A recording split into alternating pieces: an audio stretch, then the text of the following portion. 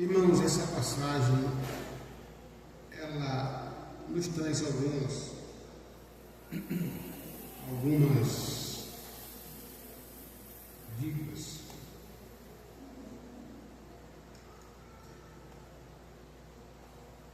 E o que importa para a igreja é aprender, receber, tirar a lição daquilo que nós temos de Deus para as nossas vidas. Portanto, irmãos, primeiro, a Bíblia diz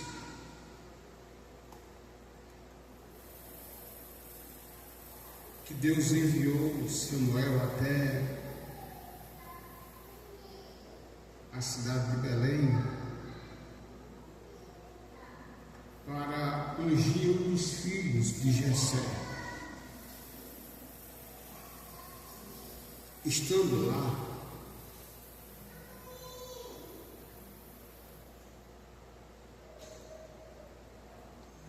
ou indo para lá, Deus diz: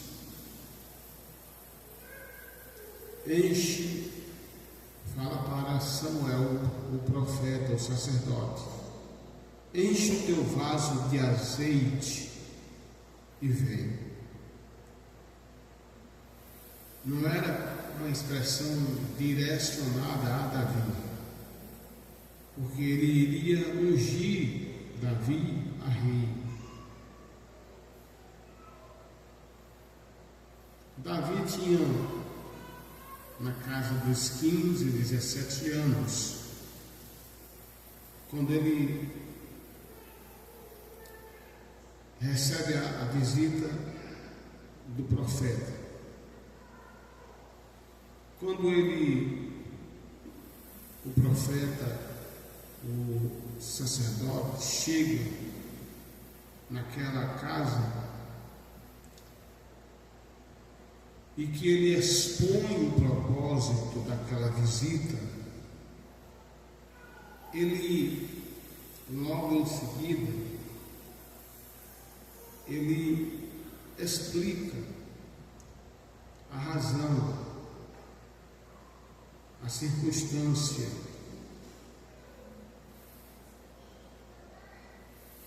que veio para ungir, porque Deus havia rejeitado a Saul. E agora Saul, por sua vez, rejeitado, vai ser substituído, mas não de imediatamente.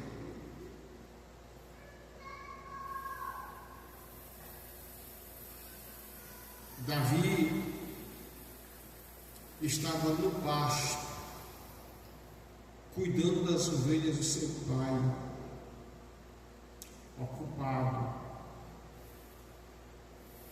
Jessé, quando chega e que fala que veio numa missão, e essa missão passava a ungir um dos seus filhos,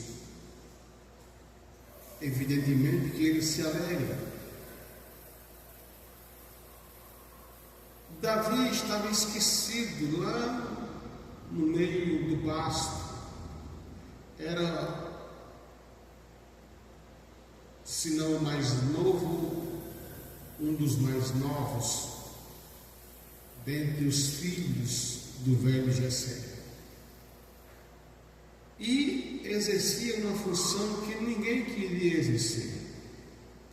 Observe que os mais velhos eram quem deveriam estar exercendo a função de pastor, de cuidar do rebanho, mas sobrou para Davi.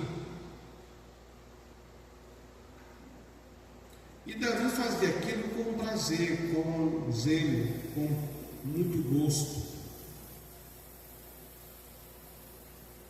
Bíblia nos mostra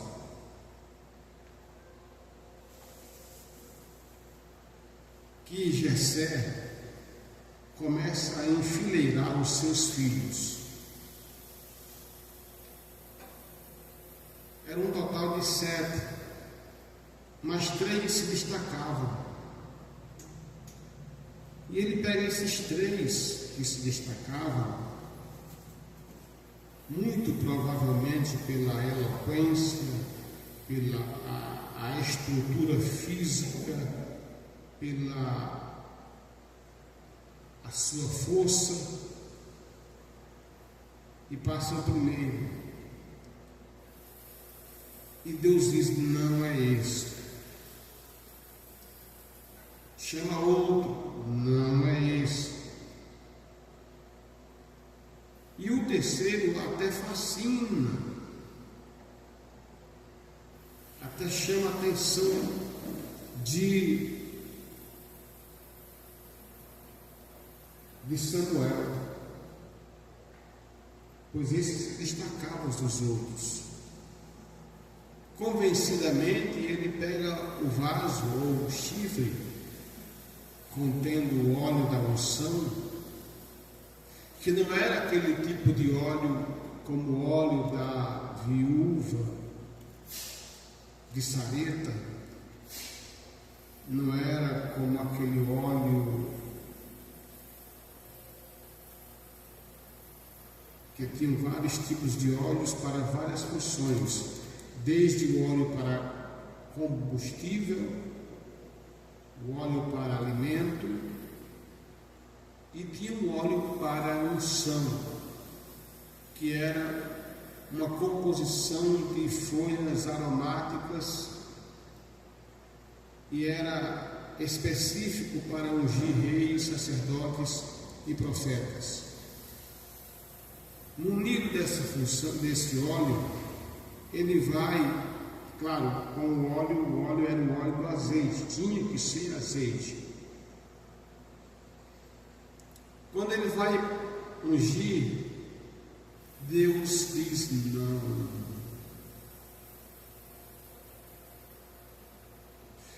Aí ele repreende. Tu vê o que está por fora, mas eu vejo o que está no coração.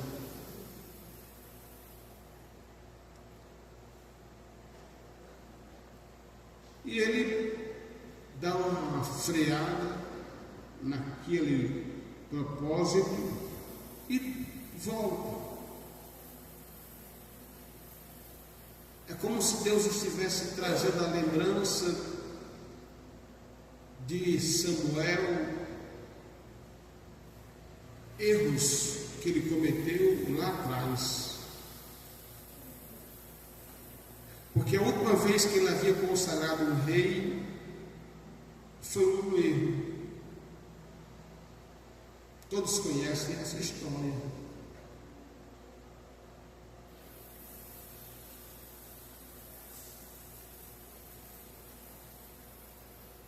Saul aparece da tribo de Benjamim.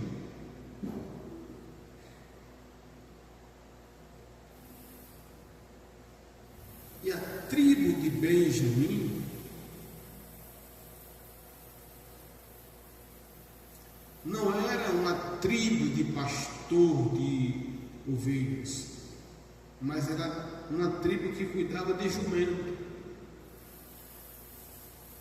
Não tinha as habilidades para cuidar de ovelhas. E quando ele vai ungir, não unge com aquela vontade diretiva de Deus. Unge diante de uma circunstância. Escute-me, por favor, você vai entender.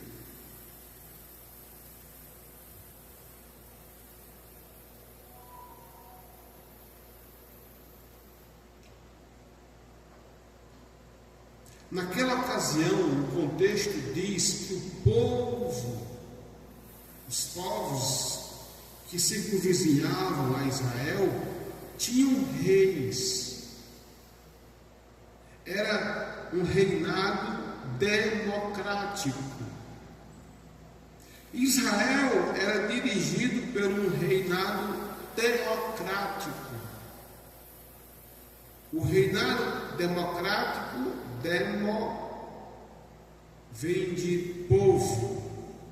Então o povo, na pessoa de um homem, de um rei, regia as leis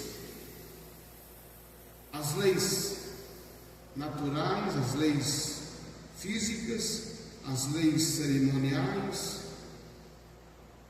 e assim era. Mas esses reis influenciaram o povo de Israel a querer um rei e começaram a murmurar: queremos um rei, queremos um rei, queremos um rei, queremos um rei. E aquilo começou a mexer na psique, na mente de Samuel, a ponto de Samuel ter que ir a Deus e dizer: Deus,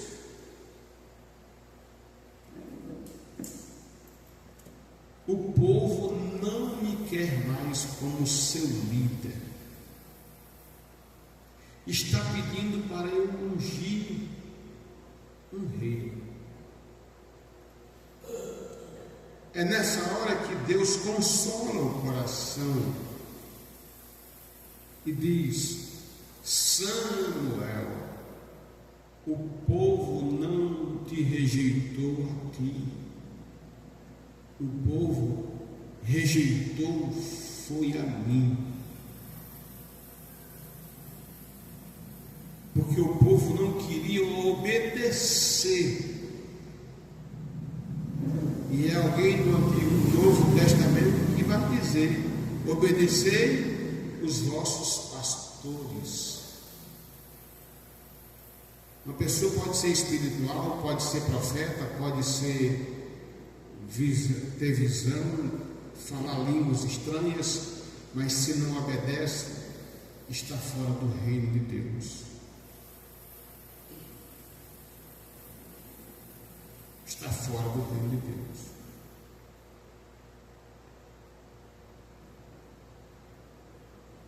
Samuel, quando ouve aquela palavra, ele se alegra, porque ele entendeu que o povo não estava rejeitando somente ele, ou ele propriamente dito, mas ele estava rejeitando o próprio Deus. Rejeitar a Deus não é rejeitar a sua palavra, é rejeitar a sua vontade, como aconteceu com a igreja de Laodiceia, que era uma igreja que tinha tudo, mas não tinha Jesus. Expulsaram Jesus para fora. Apocalipse 3:14, Jesus está do lado de fora, a igreja está do lado de dentro, e Jesus está do lado de fora, batendo. Eu estou à porta, abre, eu quero entrar. E se você abrir a porta, eu vou cear com você e você comigo. Há igrejas por aí afora que pegaram Jesus e colocaram para fora. Irmãos, nós estamos vivendo os prenúncios da vinda de Jesus. Quantos escândalos não estão acontecendo na igreja de Deus? Quantos escândalos envolvendo líderes? E a internet não perdoa. Verdade ou mentira, joga na internet.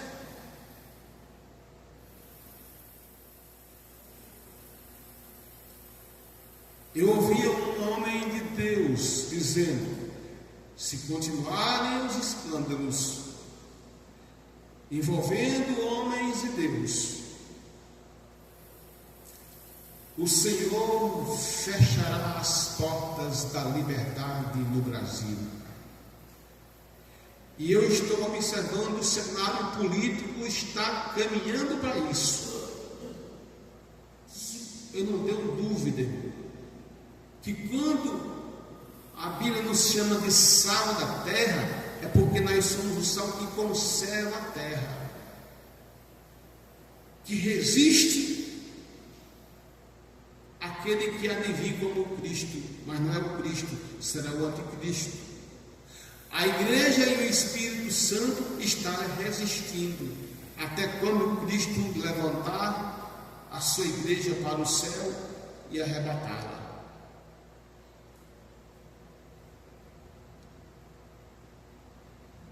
É preciso um despertar de consciência.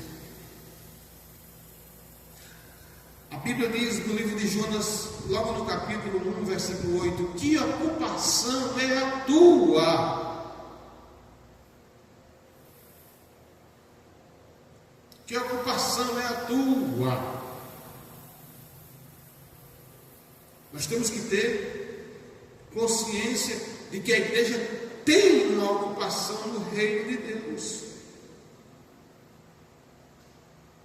Mas deixe-me concluir essa mensagem.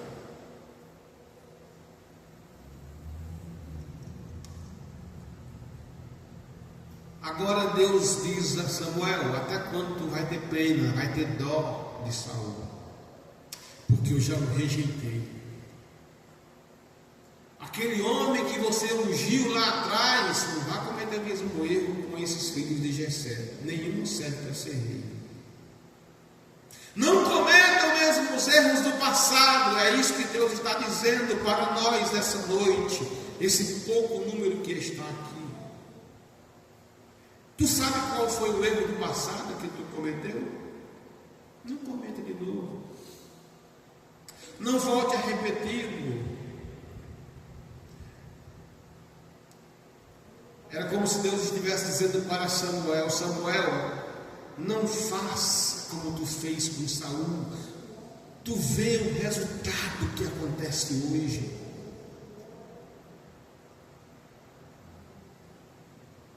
Quando ele vai ungindo um, não é. Outro, não é. O terceiro, agora é esse. Quando ele vai derramar o óleo, o Senhor Deus, não é esse aí.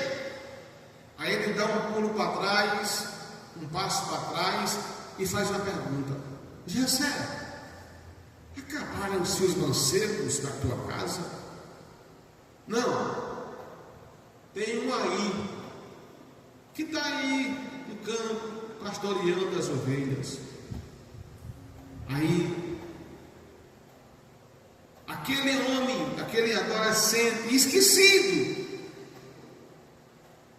lá nas caatingas, no meio do mato. E segundo os historiadores, quem era pastor naquela época, irmãos, olha, passava dias e dias e dias no meio do mato, cuidando das ovelhas, de um ferimento, de uma alimentação, conduzindo para águas cristalinas. E vez em quando era que ele voltava em casa. Agora alguém chega a galope: olha,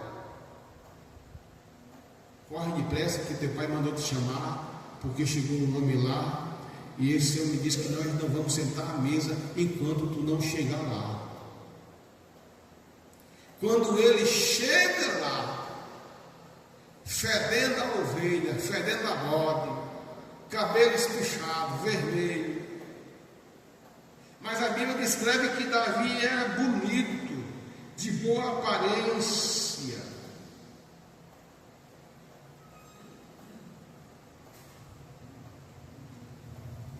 Ruivo, belo, de belos olhos, de boa aparência. Quando ele apareceu, aí o Senhor disse para Samuel: levanta-te e unge este jovem. Passou muito tempo até ele assentar na cadeira de rei.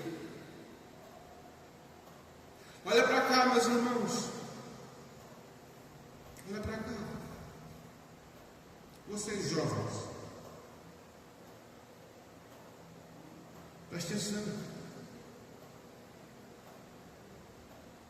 O segredo é permanecer no canto de vocês. O segredo é não desviar nem para a direita, nem para a esquerda, muito menos voltar atrás. Porque do meio de vocês, escutem essa palavra. Não sei quanto tempo isso vai demorar na mente de vocês, mas Deus vai levantar pastores aqui. Eu congreguei em Carnaíba, eu fui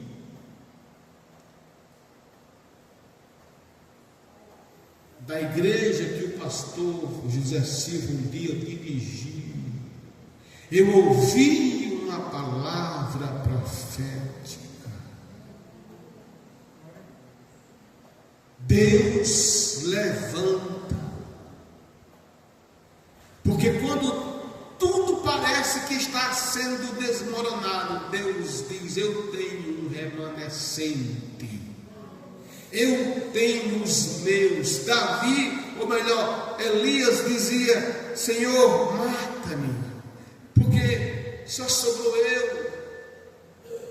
Aí quando ele pensava que só era a última bolacha ou a primeira bolacha do pacote, como queiram, o povo diz a última bolacha, mas a última bolacha o povo já está com a barriga cheia. A mais importante é a primeira bolacha. Tem gente que acha que é a primeira bolacha do pacote, e não é.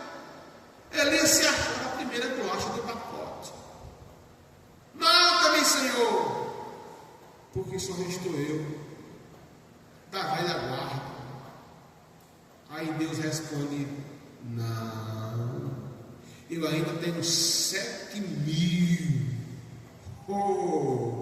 Eu ainda tenho 7.000 que não se curvaram ao sistema, que não se curvaram ao sistema. Aleluia. Deus dá uma dica para Timóteo: permanece naquilo em que foste chamado. Deus fala para também Timóteo: aviva o dom que há em ti, que recebeste pela imposição das mãos do presbitério. Eu não tenho dúvida, a irmã Jailma é testemunha ocular quando Deus fazia promessas naquela igrejinha ali do Juazeiro 8, antes da reforma, quando Deus usava ali muito o presbítero Francisco Oliveira, o irmão Ademilson, o Edmilson, da irmã Rosa. Eu gostava de ouvir aquele irmão. Eu ficava torcendo para que Deus colocasse aquele Edivaldo para botar ele para pregar. Eu gostava de ouvir Maurício Pereira, hoje nosso segundo vice-presidente, e ficava ali, até que um dia Deus usa uma criança de 9 anos para falar para aquela igreja, num culto de mocidade. Eu não sei se já é lembra desse dia. Não, o tempo vai passando. Mas eu me lembro muito bem quando Deus levantou uma criança que pediu para cantar um hino. Naquele tempo, Marcos Antônio, o Antônio Marcos, sei lá, estava no auge, uma coroa de espinho, né? Estava no auge, o negão estava no auge, cantando, adorando. E ela pediu para cantar um hino, aquela voz de infantil, criança. Daqui a pouco aquela voz já se tornou uma voz grave, uma voz potente. Já não era aquela criança, era Deus falando, dizendo: eu vou levantar do meio dessa mocidade pastores, evangelistas, radialistas, eu vou levantar missionários. Não demorou muito tempo, a irmã Rosa e o irmão Nalido, não é isso? Foi embora para Goiás, foram fazer missões naquele lugar, e está até hoje lá. Hoje são pastores, são evangelistas, são diáconos daquele lugar. E outros que ficaram, como o pregador daquela noite,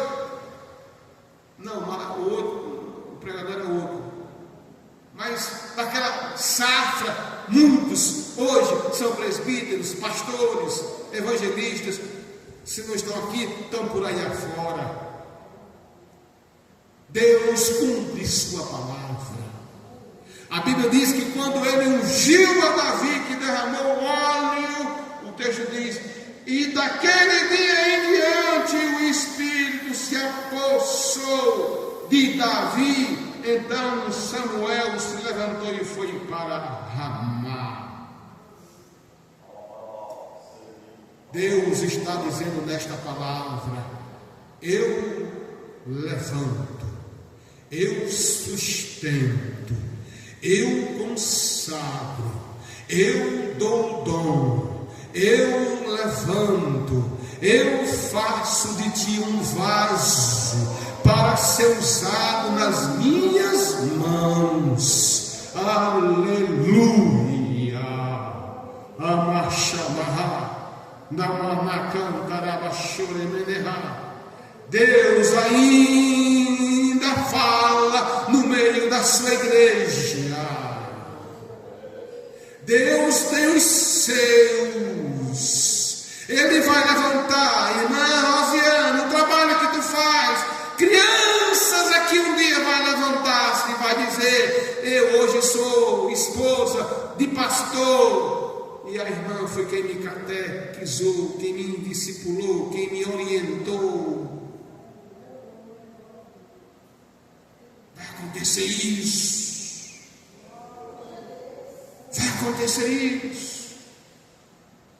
Jovem, levanta a cabeça, fica no teu canto, vigia, não dê lugar ao diabo. Não se embaraça com a Bíblia disse para Paulo, para Timóteo: quem milita, não se embaraça com o negócio desta vida. Quem pode dizer amém?